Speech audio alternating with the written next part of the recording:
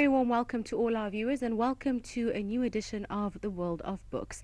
Of course, our program brings you all the latest news about all the newest publications and books that have been released here in Egypt as well as the Arab world and have been made available to all our viewers and readers. Do stay tuned, we have a lot coming up.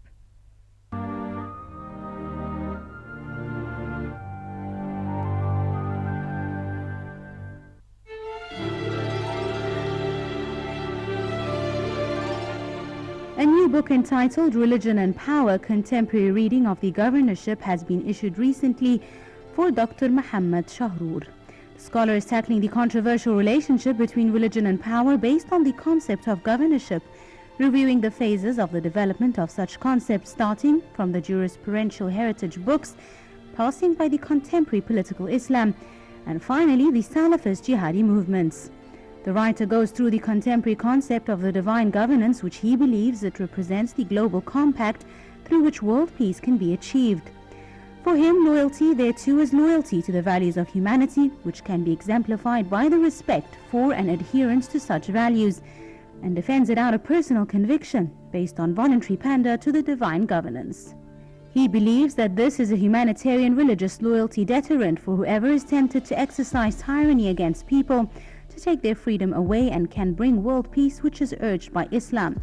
In his book, the author continues his critical modernized approach to the Islamic thought, adding new elements to the approach through which he is highlighting the universal and humane aspects of the religion in its capacity as a merciful message, not a tyrannical doctrine.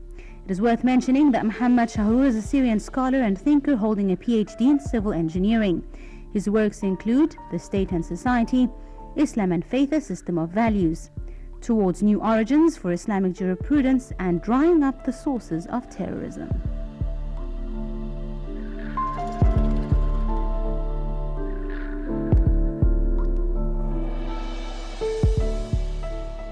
The third collection of poems for the poet Sahar al-Shirbini has been issued. It is entitled Tales About Myself. The poems are written in 112 pages and the cover was designed by Hussein Bikar.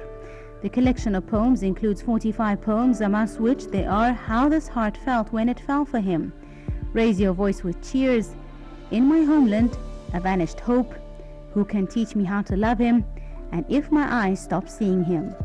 From the lines of the poem there are, We are all smitten and tormented in your love, yet we enjoy it, Egypt. If your way to light is mined, we will risk taking it. There is no leader except your people who are determined to lead you to success. We will raise our voices with what's right, though they claim our voices are a shame. I swear by your love that I'll do my best to make you smile. If I can't utter what I want to say, my silence will make thousands of revolutions. It is worth mentioning that Sahar al-Shirbini is an Egyptian poet who writes poems in the traditional Arabic and Egyptian slang.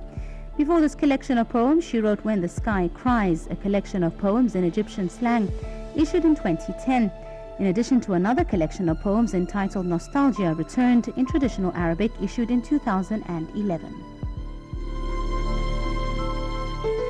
A new book by Dr. Midhat Abu Nasr entitled The NeuroLinguistic Programming has been released. The book demonstrates that the neurolinguistic programming is a new science which appeared in the 1970s as a scientific method to bring integration between the humanitarian ways of thinking, the linguistic construction, and the internal sentimental forces. This science deals with the method of preparing these three components to find the driving force that permanently leads man towards changing to the better so that he can become more committed and capable of bearing responsibilities. Free oneself from the constraints of thinking and the previous invalid cultures, also acquiring successful communication skills with others, whether in life or in work. The book asserts that the neurolinguistic programming is the science and art of studying what happens in thoughts, behavior, and language, whether verbal or non-verbal body language. It aims at improving such components to realize positive change and humanitarian excellence in such a way that helps a person to achieve the desired results, whether in his work or personal life.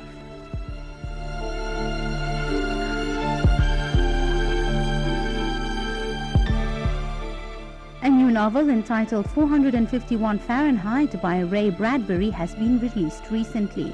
Upon its issue, the novel caused extensive arguments ranging from flattery to severe criticism. Now there's global consensus that it is one of the unique literary creations of the 20th century. The novel won Pulitzer's Prize in 2007, and its writer won the Medal of Outstanding Contributions to American Literature in 2000, which is awarded by the U.S. National Foundation for Writers. Rawafed Printing House has recently published a collection of poems by Isam Abu Zeid entitled I Ate 3 Fish and I Fell Asleep. The cover is designed by Gheda Khalifa. It is worth mentioning that a novel entitled Diary of a Secret Spreader Imaginary Curriculum Vitae has been issued for Abu Zeid several months ago as part of the publication program of the Literary Club at Al Juf, Saudi Arabia, where the poet has been working for years. His first collection of poems, entitled The Prophecy, was issued by the General Egyptian Book Organization in 1990. His second collection of poems, entitled Missing Ribs, was being issued by the General Organization for Cultural Palaces in 1996.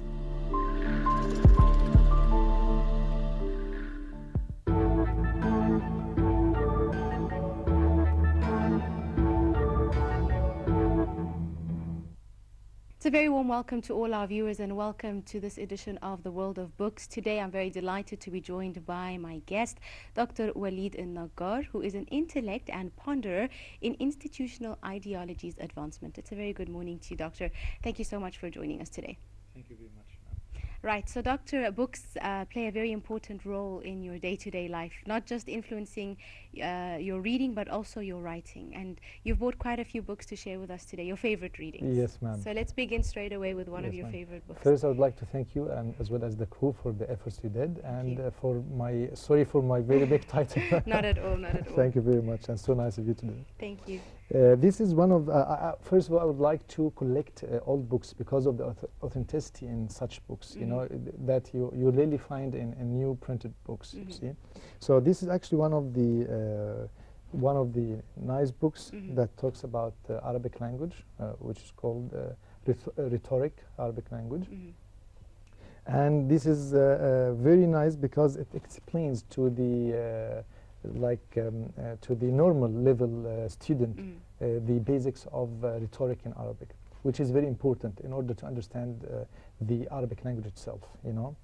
And in these books, it starts with you with the very basics of the rhetoric, and turns to the higher level in understanding the expressions in Arabic, as well as the feelings that are hidden into the sentences. Of course, we are talking about thinking as a whole, not just as part of something. It must be as a whole. And the Islamic or the Islamic intellect cannot be separated from the language rhetorics, you know. We have to understand that. That's why when we are talking about development of Islam or development of thinking in Islam, we have to understand Arabic language very well and control the skills of the Arabic language. Especially because it is a difficult language to master. It is, because I mean the too much details in the language, as well as the too much opinions in so much, in many sayings, you see. This is another book. It's called The Shout of Truth, you know. It is very nice book. It has to do with Islamic thinking. It begins with you from the myth in Islam. Then it turns out to how to prove it and disprove it, you know. This is very interesting book too. It's an old book, and I collect, of course, in my collections such books. And if we want to see, for example, the pages, they are not too much. They are around 90 pages. And it starts with you in a very simple style. It does not try to complicate the reader, which is very important, because when you try to understand something new, you really have to start from the basics again. Of course. And this is very nice about these books, that most of such books do not complicate the reader when you start handling the book itself.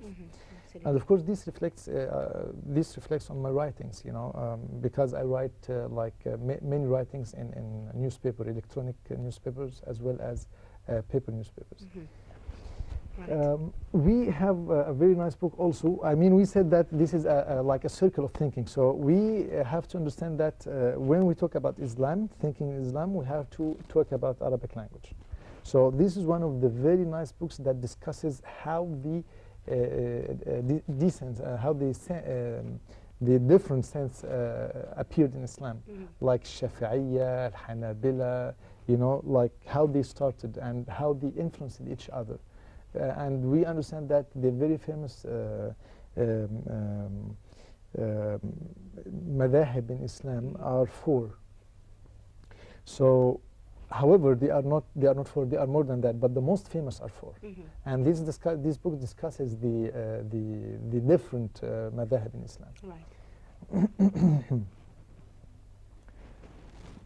And this is also a very interesting book because it deals with Islamic intellect.